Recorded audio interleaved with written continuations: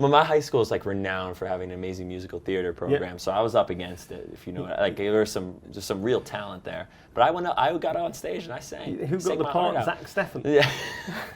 Why? What a delight it is to be face to face with one of the most remarkable and finest blokes in all of American football, a gent whose singular journey I so greatly admire, 29-year-old straight out of Park Ridge, New Jersey, who's willed himself from late-blooming football-curious dabbler to tenacious Premier League starter. Story of dreams, an incremental goal-setting, and angelic national anthem singing in equal measure. It's a joy to welcome back US men's national team and Nottingham Forest, Bergen County Buffon. It's Mr. Matt Turner. It's nice to meet you in person, finally. Finally, Matt. All of this time, I feel like you're one of my best friends in the whole world, and the reality is we've never actually met, but we sit here in Nashville, Tennessee, Music City, USA, ahead of a pair of enormous US games against Germany and Ghana, two old US nemesis.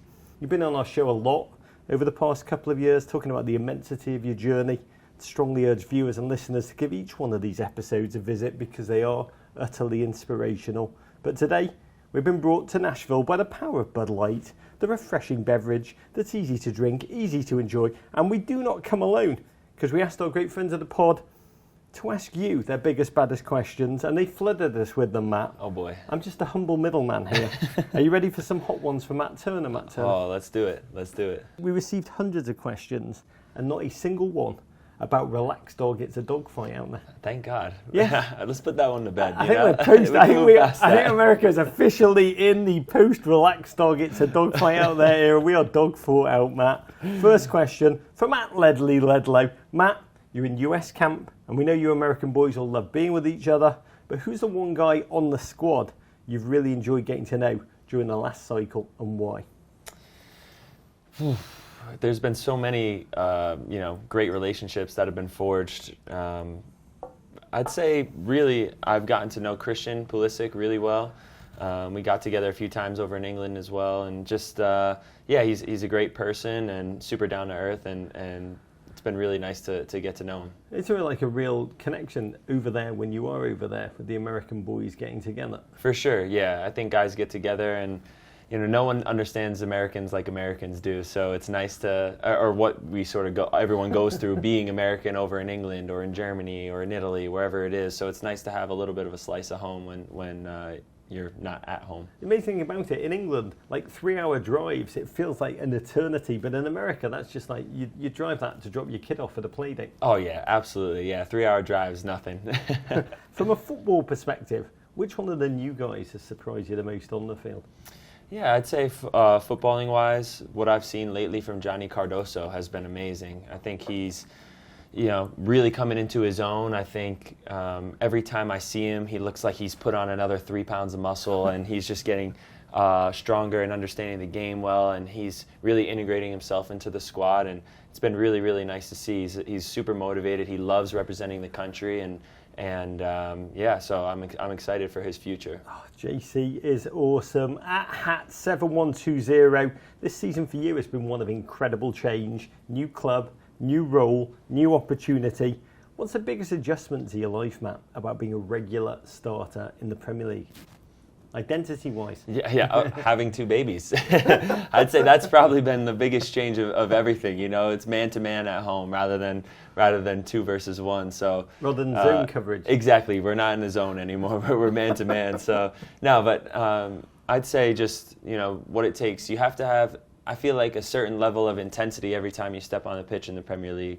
And if you don't have that intensity in the match, things can sort of get out of hand pretty quickly. And I think, for me, the playing consistently, you see how amazing all these players are in the Premier League and how they're so opportunistic, and so you just really need to be ready, and it starts at home, and then obviously your training habits as well. At Tricky Tree Trev, I think there's a clue in the name, and I do wonder just how many Americans now have at Tricky Tree in their name. But the physical grind of being a starting goalkeeper in the Premier League, how difficult is it? I guess they're asking, How sore are you when you wake up the morning after a game? No, not usually any more sore than any other game. I think the adrenaline is obviously huge in the Premier League, and every game the stadiums are full and the fans are really into it. And it's fun, but at the end of the day, I've achieved such a massive dream of mine, so I really enjoy it, and it's soreness that's well worth it. Via email from Stephanie Lyons, what are the things you only have learned by football by being a Premier League starter? How's your football IQ, your football understanding changed over the past couple of months? I think the one thing that's changed a lot in my game is, how I read it. I think you need to read things a lot faster and anticipate things better and more accurately if you want to be able to succeed, because the players are good, they're smarter, they press harder, tactically they're more aware, they find spaces, so you have to scan a lot more. So for me, the biggest change I've made since becoming a regular starter in the Premier League is I scan the pitch a lot more. I'm looking around, and it's an area that I think I've improved a lot from game 1 now to game 8, and a skill that I need to continue to improve. But the more you scan, the more that you can pick up information around the pitch, the easier the game becomes. Can you give us an example? Because Edwin van der Sar, the Manchester United legend, came on our show. He said it was so hard being the United goalkeeper because you'd only face 2 shots a game. But to focus on anticipating when those 2 shots would come, he said he'd sweat through his jersey just looking. Can you give us an example of that, that readiness? Yeah, I'd say if you look at our game against Chelsea earlier this season when we won at Stamford Bridge, I will say, 1-0, a little clean sheet, we'll take that. But yeah, I think there wasn't a whole. My defenders played amazing in that game, and there wasn't a whole lot for me to do. A couple crosses, a couple plays with the ball at my feet. But I think the ball got through to Thiago Silva, and he ends up turning a shot on goal. And it was a little bit of an awkward save, but you're just in that heightened state for a while, and then that one moment comes, and you need to be ready to make a save, and it was a solid save. When you do make an awkward save, you're like, "Whoa, Matt!" in your head, or you just no, I'm like, no. A save's a save. A save's a save. I'd rather make an awkward save than dive perfectly correctly and the ball goes in. You know what I mean? So just give it to me any way it happens. A great GFOP from Twitter at Volkswagen.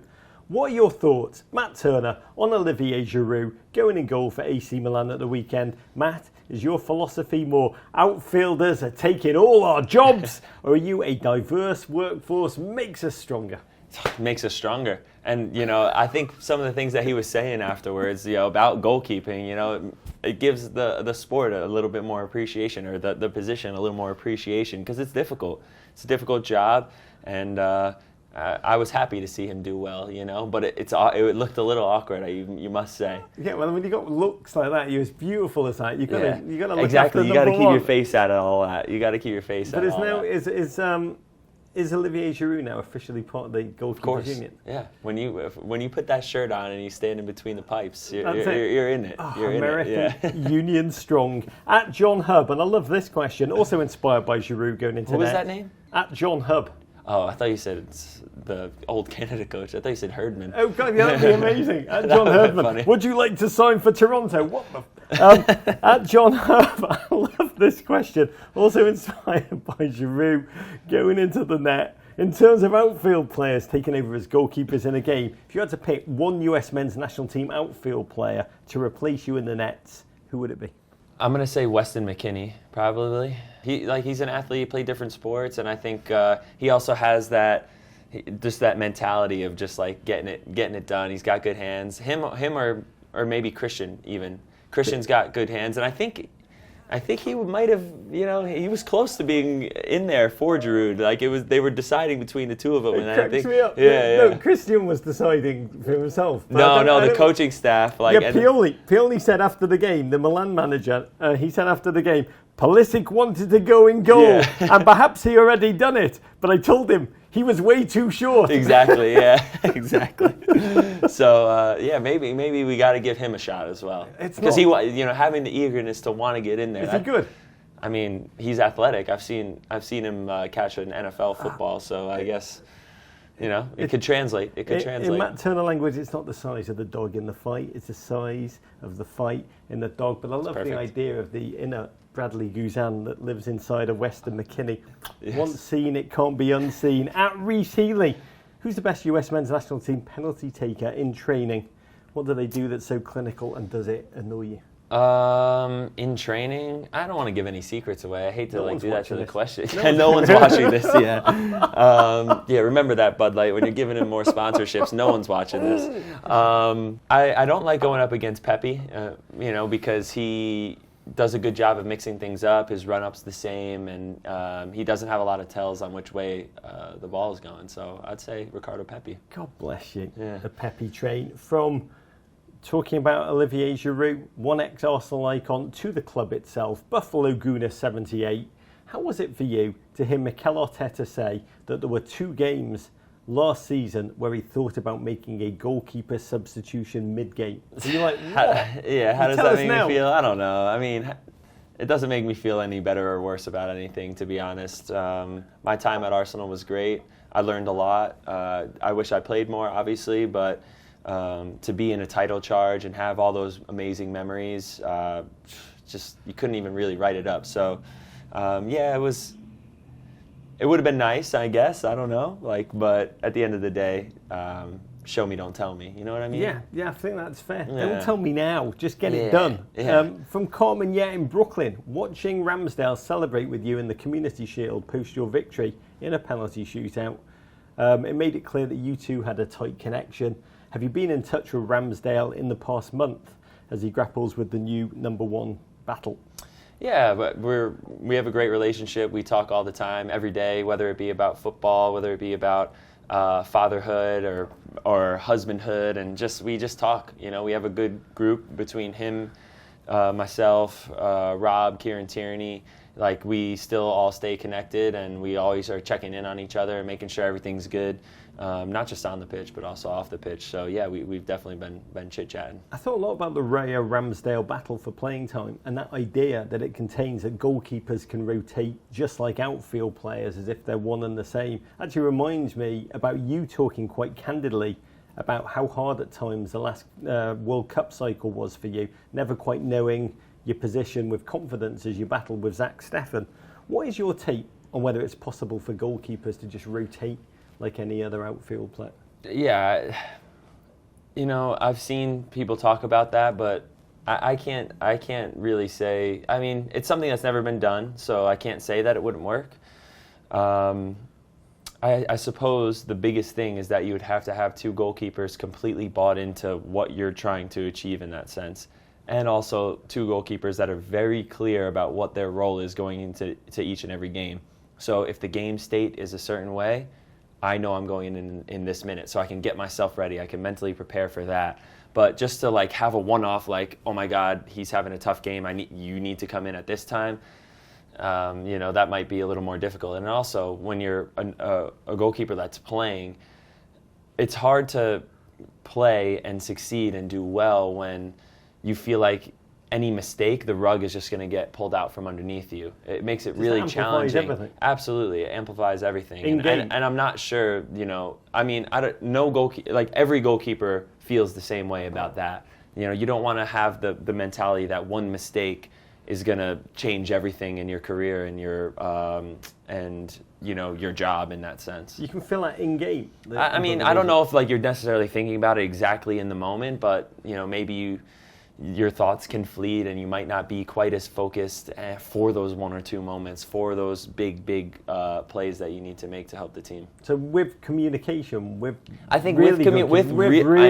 saying. It's really good communication. I think it really would take a very specific scenario where you have 2 goalkeepers completely bought into what you're trying to do and a clear message of what each role definition. Yeah, the role and maybe that's just my mind. Yeah. I'm the king of I love knowing my role. Whatever my role is, I'm going to do it to the best of my ability. But just tell me. I don't want to be guessing. I'm not a good guesser. Matt Turner do not like to guess or F around. But let's talk about the US men's national team and the cycle that lies ahead. At Undead Kennedy, what's the most important lesson you've taken from the last cycle. How is Berhalter 2.0 different? I'd say that things can change in an instant. I think if you look at the camps that were in 2019, the team that played in 2022 was very, very different. So cycles are a long time. You need to be at a certain standard for a long time if you want to continue to be a part of the national team. Players are vying and really working hard to get into the national team. Everybody wants to be in those coveted positions. And the best ability is availability. That's another thing I definitely learned in the last cycle. What does that mean? The best ability is availability. Yeah. Being available, being healthy, being ready to go whenever your name is called. Nations League and Gold Cup, anything with cup in it. Whatever it is, You're yeah. here. I'm here. I can do it. It means a lot to me, and I'm ready to play. Tactically, is there anything that we learned from the last cycle that you expect to change in this one? There will definitely be things that change, and I think you'll see players in positions that they might not have played in the last cycle, play to our strengths, and I think Weston McKennie in goal. Weston McKennie in goal, Matt Turner as a number 9. You never know. You never know. Yeah. So, but a team with a tremendous understanding of their own identity and what it takes to win against top competition in the world of soccer. I love that.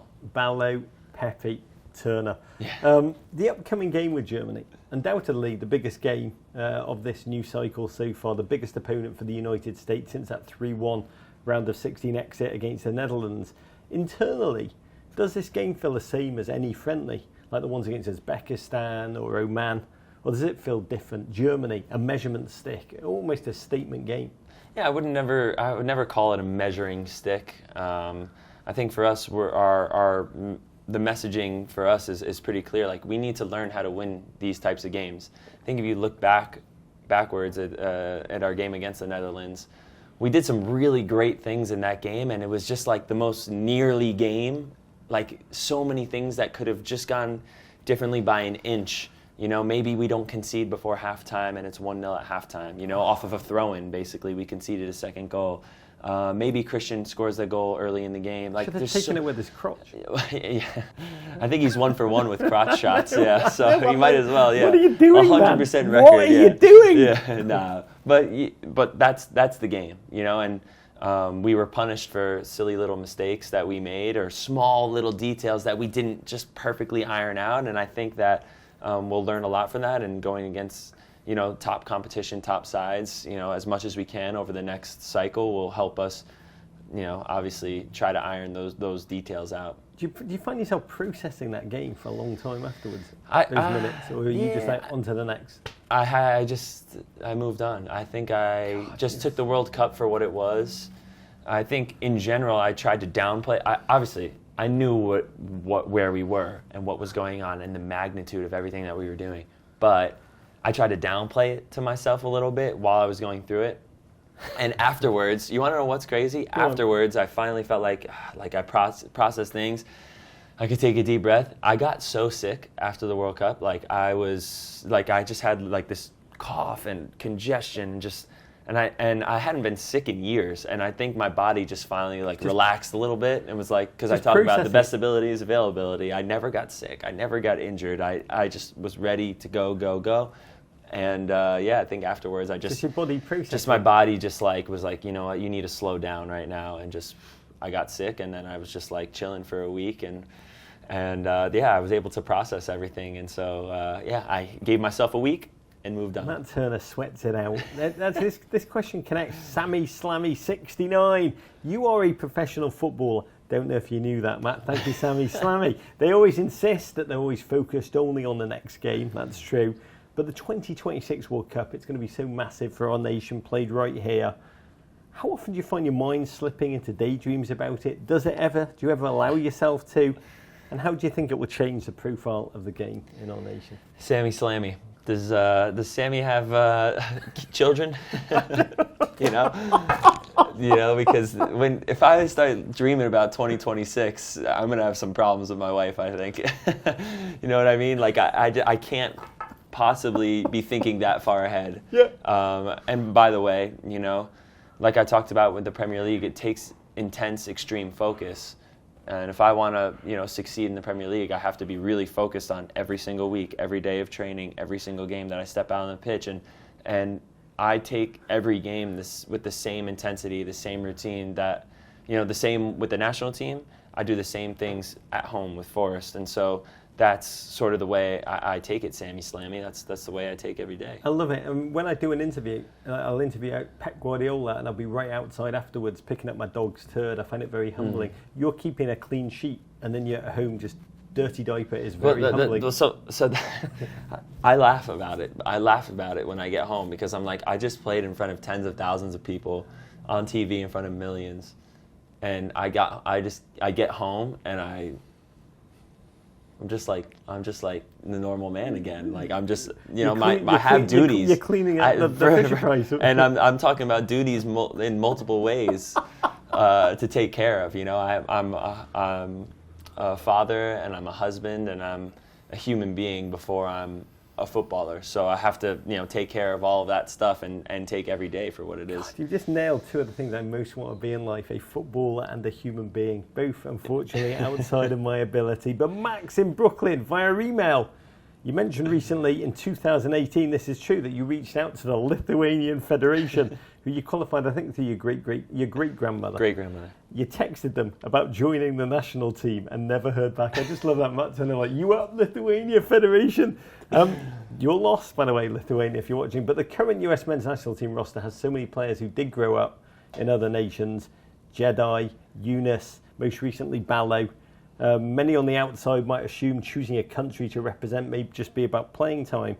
But can you put this in a long question, Max? But can you pull back the curtain for us on what goes into choosing a national team side? Is it as simple when you approach Lithuania as wanting to play, or is there a deeper, more personal side to the decision? I think at the time that I contacted the Lithuanian FA, I was so far outside of the picture of the national team that it made sense in some ways. It wasn't like I'm trying to get this call up so I can leverage the US. I wasn't playing any games. What I wanted was to play soccer in Europe, in England. And England was part of the EU at the time. Yeah. And so I'm thinking, and you want to know what? Residency. Well, national. Yes, status. I knew I was going to qualify for the passport, but my contract was running out in the end of 2019 at the Revs.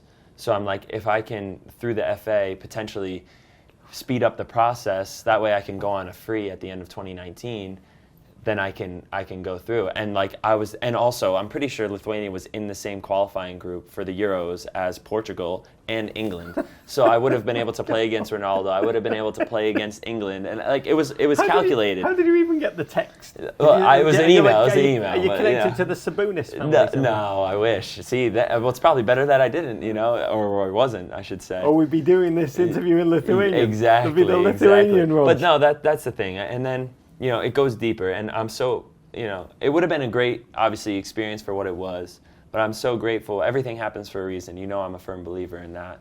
And for that to not happen, and then for it to work out with the U.S., your heart has to be in it. Your heart has to be in it for whatever country you're going to play for, because it's not always easy to play for the U.S., especially when you're living far away, and you have to come back, and a lot of travel. You're going to less than desirable places sometimes to play, and the expectation is always to win, and it can be challenging, but I wouldn't want it any other way. I couldn't imagine doing it any other way than representing my home country where I grew up. Anybody who has heard you sing that national anthem so angelically, Matt Turner, knows exactly what it means to you. And when I'm buried, I do want you to come and sing an a cappella version of Fast Car as I'm lowered slowly into the ground, Matt.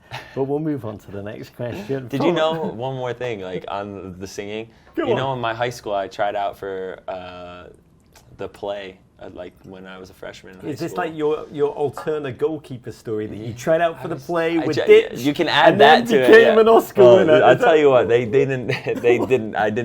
I was the third or fourth understudy. It was the Who musical, Tommy Boy. I tried out to be Tommy. Really? You wanted to be Tommy? Well, my high school is renowned for having an amazing musical theater program, so I was up against it. If you know, there was some real talent there. But I got on stage and I sang. Who got the part? Zach Steffen. Yeah. Why? Hey, And the next question, Conrad de la Fenti. Oh, God, I love that. I'll say that one again. Conrad de la Fenti.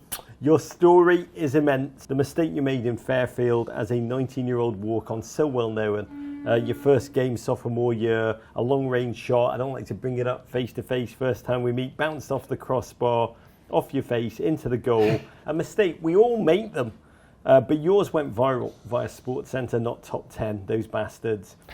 How crushing was it? This is Conrad de la Fenti. How crushing was it for you to experience that public humiliation? Did you seek psychological support for it? If so, well, it's a great question. What technique did you use to find the strength to rebound inside yourself? Well, Conrad, it was, luckily it was just before I feel like all social media was like on fire about, like if something were to happen now, the smallest thing, it goes viral for anything, Aaron Ramsdale clapping in his seat, like he's just cheering on his teammate. You know what I'm saying? Likes. You know what I'm saying? Yeah. Like it's little things like that. So luckily it was before that time. But what I will say is I relied so heavily on my family and my friends, people that I've been a part, have relationship with since I was a child. And I just owned it. It was like, oh man, that was crazy. That stunk. Like, I just kind of owned it because it was what it was. And everybody does make mistakes. So you can go one of two ways when you make a mistake. You can work on the area that you need to work on and dive in headfirst into it and say, I'm never going to do that again. Or if it does happen again, at least, I've been through it before. Or you can shy away from it. And half of me wanted to shy away from it. I really did. It's always my way. I almost gave up on soccer, like completely. I almost left Fairfield. I almost gave up on soccer. I was a great student. I wanted to go to Yale. So I was like, maybe I'll just transfer. I got my release papers from Fairfield. I was going to transfer to Yale. And Investment banking's Matt Turner, here we come. Exactly. So then last minute, I had a long conversation with my family, and they're like, look, you're having fun at the school. The people that you're with, you're doing well in school. Like, why change all of those things just because of one thing that happened? I just felt like I needed a fresh perspective. But I listened to those people in my corner, and they were, the most important. Those are the most important conversations I ever had. So I think if you bottle it up, it can be really problematic, and talking about it is so important. Talk about it. It's like genuinely halfway to solving almost any problem. A lot of questions about the art of goalkeeping. At Musser 11, as a goalkeeper in England, well, like this, you face some of the world's best and most intimidating strikers. Tell us about a specific striker who gave you a real challenge and what you learned from that experience. I'd say, I think I learned a lot against Vissa and from Brentford. I think the way that he presses, the way that he changes his speed and uses deception, I think I learned a lot in that game that we just had against them, and I was a pretty lucky boy in that game as well. But just he's just a relentless worker, and I think that's the biggest thing. You can't take any moment casually, because in the Premier League, everyone's always trying to score, and they're trying to be opportunistic and take any chance. So what's that feel like, Matt, when you have a Wisa interaction and it is just like, oh my God, that big boy came a bit quicker. Yeah, my touch was a bit heavier. I survived. Yeah, it felt relieving, and then I ended up throwing the ball into my own goal anyway. So it was all good. I mean, they got what they deserved, I guess. But yeah, I mean, it was in game for me. Like I feel like in that game, I looked at it, and the first 45 minutes I played great, and then for 15 minutes in the second half, maybe I was just a little bit casual, and it was a real learning experience for me to be able to take that lesson and us to get a result in the game, and then move forward knowing like, okay, I can't take any single moment in any game for granted. I really need to have that intense focus all the time. Last time we spoke, you described your playing style as, quote, unique. You said it's not a cookie cutter type of goalkeeping. That's for dang sure. Can you describe for us what you think makes your playing style unique? And can you point to a moment where you knew you played the game differently to others, but it was fine, it was bloody great? Yeah, I'd say I probably figured that piece of it out when I was in college. Because I'd say like playing in the PDL, you watch so many goalkeepers and they do everything the same way, and I just figured out like what different ways to move across the goal a little bit differently, like more of a run than a shuffle, then my hands positioning around the ball, the way I try to catch everything, and a lot of goalkeepers like to slap things away. And I'd say probably around then is when I realized that I was starting to have this little bit of a unique style. In America, they always teach you like, okay, when you're coming for a cross, you need to jump off of one leg and bring your knee up to try to protect yourself. But I felt like, I time things better and I jump higher when I jump off of 2 feet. Like even when I go to dunk a basketball, I don't jump off of 1 foot. I jump off of 2 feet to dunk it. That was a very humble brag. I love it. Well, no, I love it. But there's even like when I score 40 points in exactly. Yeah, so I think that's probably when I realized that like I can do things differently. It works more efficiently for me. And then if you look at the 20 goalkeepers starting in the Premier League right now, every single one's different. They're not all the same. The way that they... How does that work with coaching for you? When there is a methodology, There's obviously like areas where then a coach can say, okay, let's try this or that. I think you can be more efficient if you do this, and then you can try things. And I think I think my greatest strength is my adaptability and coachability. I've always been somebody that's willing to learn, willing to try. And if you even told me, maybe try this, I might think about that tomorrow and be like, let me see if I can move faster this way. Not that you know anything about goalkeeping, but I might just try it. I'll literally give anybody the time of day. Yeah. And I'll say, you know what? Nah, like that doesn't work for me. But it might actually open a door. Where's the Matt Turner suggestion box? Yeah. Great American goalkeepers aren't bald, Matt. That would be my only way that you could be even more perfect. That one is not going to be tried. I hope. Hashtag Team Miola. At Garlic Girl, we know goalkeepers are easily the weirdest brand of footballers, often have rituals, superstitions they adhere to. Do you have pre-game rituals or routines that help you perform at your best? How do they come about and have they evolved over time? Yeah, they've evolved over time. It's toxic. I don't like them sometimes, but I have them. You know what I mean? It's just, you don't want to have like, oh, if I don't do this, and this, I'm not going to have a good game. So I've sort of slowly moved away from like, oh, if this routine doesn't go perfectly, I'm going to have a terrible game. Like I used to have that. When I was in MLS a little bit more, I had that. And over time... where does it start? Is it the game day in the house? You have to bow down to your Bruce Arena poster before leaving the front door? A little bit, yeah. Is it really? No, it's not. It's not the Bruce poster, but, it's the Brad Friedel poster because he gave me my debut in MLS. No, it's... I have like little... a couple of little bracelets that Ashley's made me over time. Pictures of Easton and now Everly and... things that I'll just like look at and take time with and try to like give myself a little bit of perspective before I'm going into a game. I have like this mix, it's like of music that my best friend, his name's Mike, one of my best friends, his name's Mike, he made like, he was like a DJ in college, and a little bit afterwards, and he made like all of our favorite songs in college. Like he made me a mix and I always listen to that on every game day. And yeah, like a little bit of Metallica as well, like just stuff like that. That's the before going on? Yeah, if you ever see like my real snarl, that's when I got like just got a little bit of Metallica. Which track just dropped? Just dropped? No, when my face is on? Probably Wherever I May Roam. America. Juan from Brooklyn, New York. This is a great question. How often do you replace your goalkeeper gloves, and how do you know it's time? The smell. Smell is usually when you know it's time. When I was in high school, I could only I told you that story, right? My friends, whatever. Tell us it again. Well, my friend's dad used to drive me home from practice all the time. My hands would smell so bad because of the dirt, the mud, the spitting on them. And he's like, if you're getting in my car, you're riding with your... He got me scented hand sanitizer. He's like, put this on, and you're riding with your hands outside.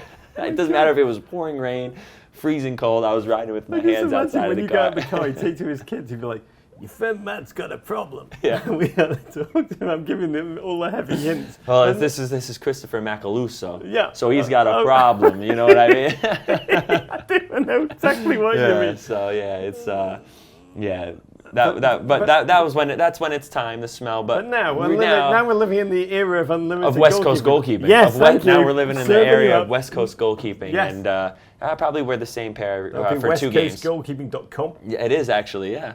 I probably wear 1 pair for 2 games, and then that pair will become my training pair, and then another 2 games. That first original training pair will be gone, and the one I used for those previous 2 games. If will there's a mistake, they boom.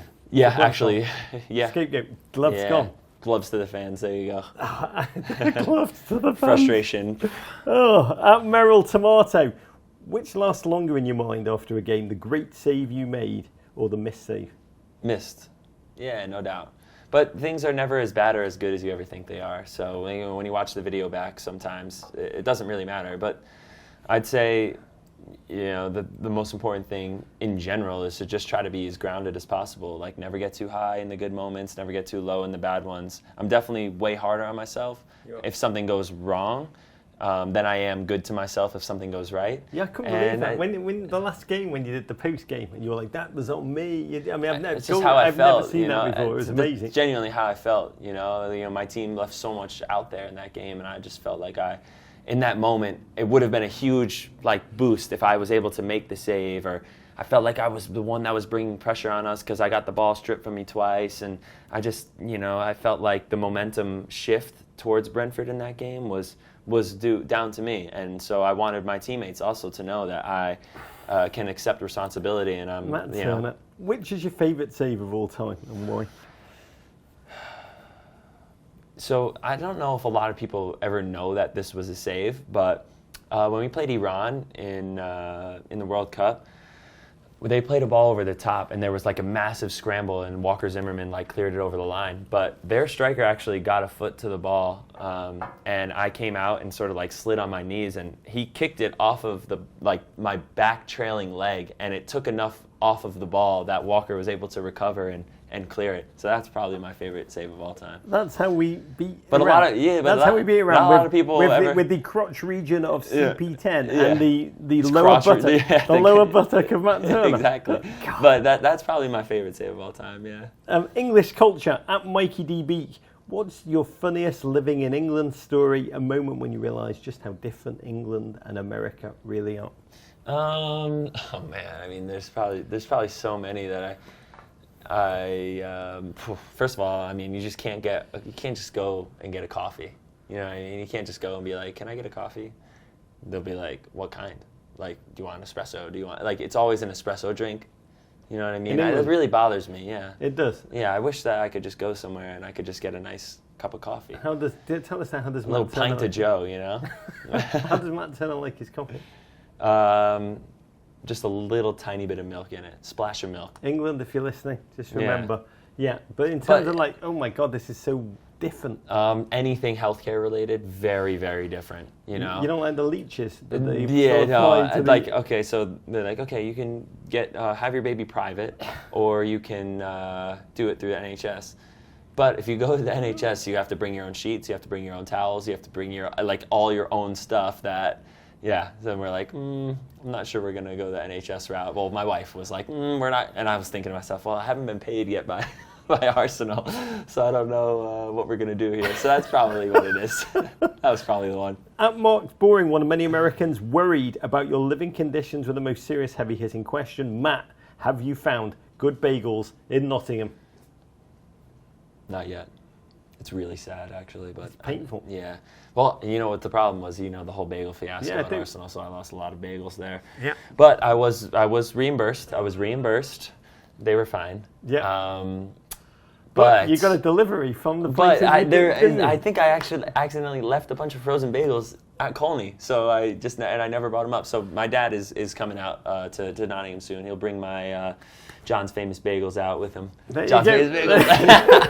That's amazing. Matt eating a bagel with which goalkeeper gloves? West Coast GK. West Coast GK and John's Bagels. Just that mental picture is genuinely beautiful. David Ryer is eating this man's bagels. What is the closest thing you found in Britain to a Taylor ham, egg and cheese? What a question. There's nothing like it. I mean, there's just right answer. There's just nothing like it. I really can't respond to that. Taste of democracy and freedom. I'd probably say it's got to be a Greg sausage roll.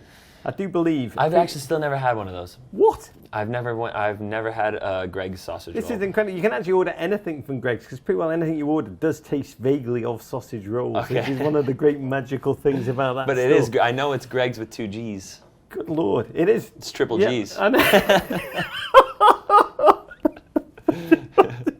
Your life has changed recently with the birth of your second child, a daughter, Everly, September 14th. That's right. My birthday, baby. Is it? Let's hope there's nothing in horoscopes at all. But question from @Sophie3.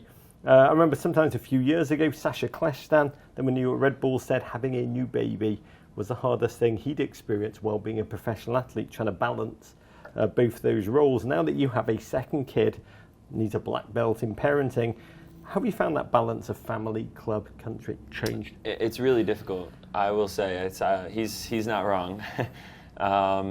It's hard. You know, you have your club, you have your country, you have you have to look after yourself with sleep and with nutrition and all this stuff, and all the while your wife is really, you know, our daughter really needs her a lot right now. I have so much respect for my wife. You know, she's definitely going through a tough time. She's a little bit, you know, stuck right now, and it's hard because then I turn around, I get to go to training every day, and then I could come home and I've exercised and I feel good, and she's just been, you know, in it, you know, under the cosh, as they say, you know, all day, and so you go and you try to relieve some of that, but then, you know, that means you're coming back from practice, whether it be good or a bad practice. You've worked really hard, and now you have 2 kids with you, and now, or a new baby, and now you're trying to, you know, fight through that pressure as well, and, you know, all the while, you could end up going away with your national team for, you know, so now I'm 6 hours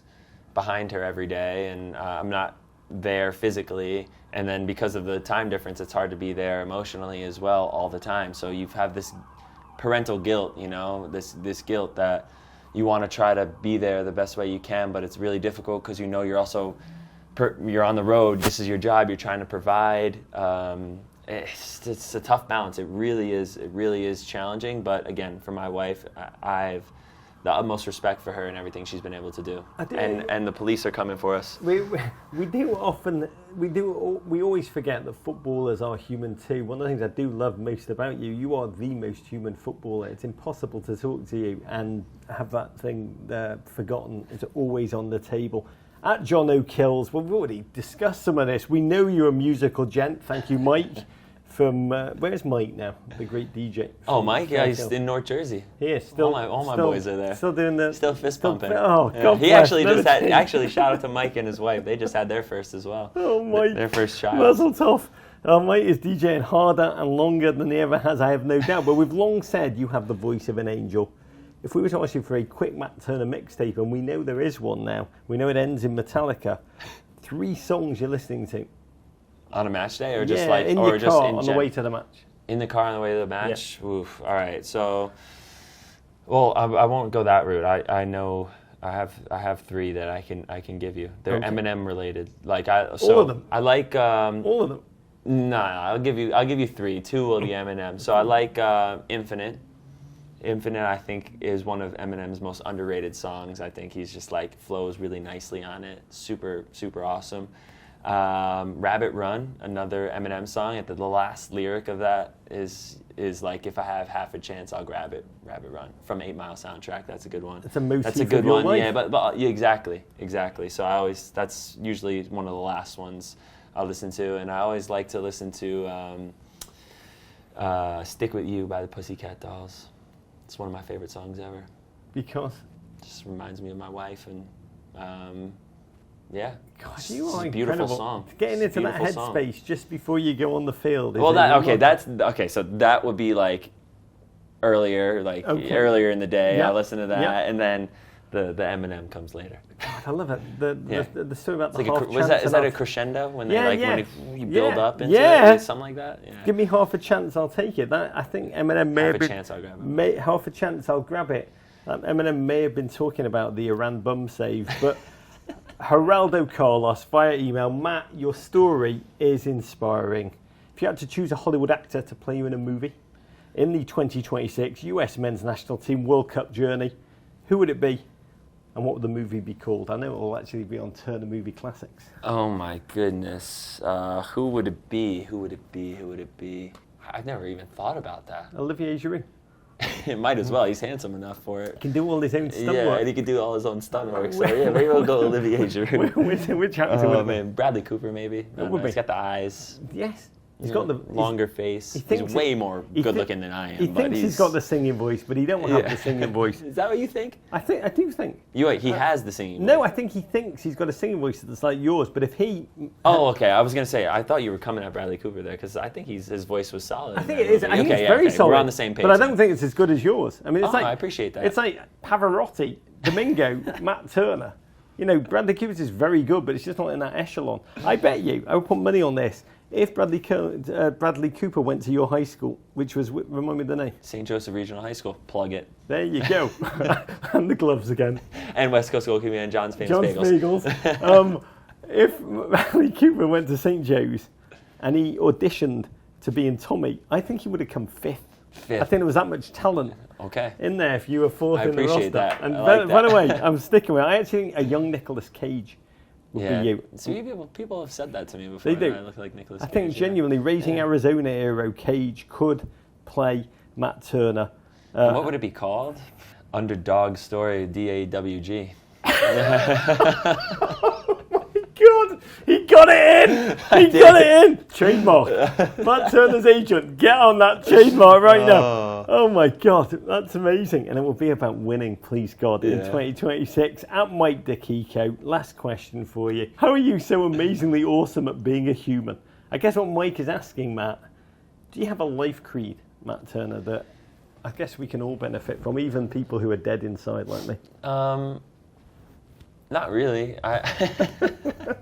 And I think that's a good thing. You know, I'm like, I take everything for what it is. I've tried to live every experience and every moment to the best that I possibly can. And it's not. I've never read a self-help book. I've never done any of that stuff. I've just genuinely enjoyed like creating relationships and opening myself up to people. I found that is the best way to get to know people and to live your life. Like, don't be afraid to share things about yourself. I've always used sports as my way to get to know people, but also, you know, just ask questions to anybody, and you'll be amazed at the type of things that they can say. And through other people, you can live experiences and grow and have a bit more perspective. And then I guess the other thing I guess you can call it a mantra. It's like, it's not that serious. You know what I mean? Like, just have fun, smile. Whatever you're going through, it's not as bad as you think it is. If it's a good thing, it's not as good as you think it is. And it's just not that serious. It's not as good as creating a relationship and being tangible and being in person and just talking to people. It's just always been one of my favorite things, just talking. Be open to people. It's not that serious. Availability, not. Best ability is availability. And always be plugging. Always be plugging. John's Bagels. John's Bagels. St. Joseph Regional High School, West Coast Goalkeeping. Amen. You are a magical man. And I do want to end with a toast by raising my first Bud Light of the day to you, Matt Turner. I can't tell you how many questions we got from GFOPs. A reflection perhaps of just how many people do love you, your journey, your honesty, and the way you attack life with a joyful ferocity and a truly thoughtful philosophy that I think ultimately we can all learn from.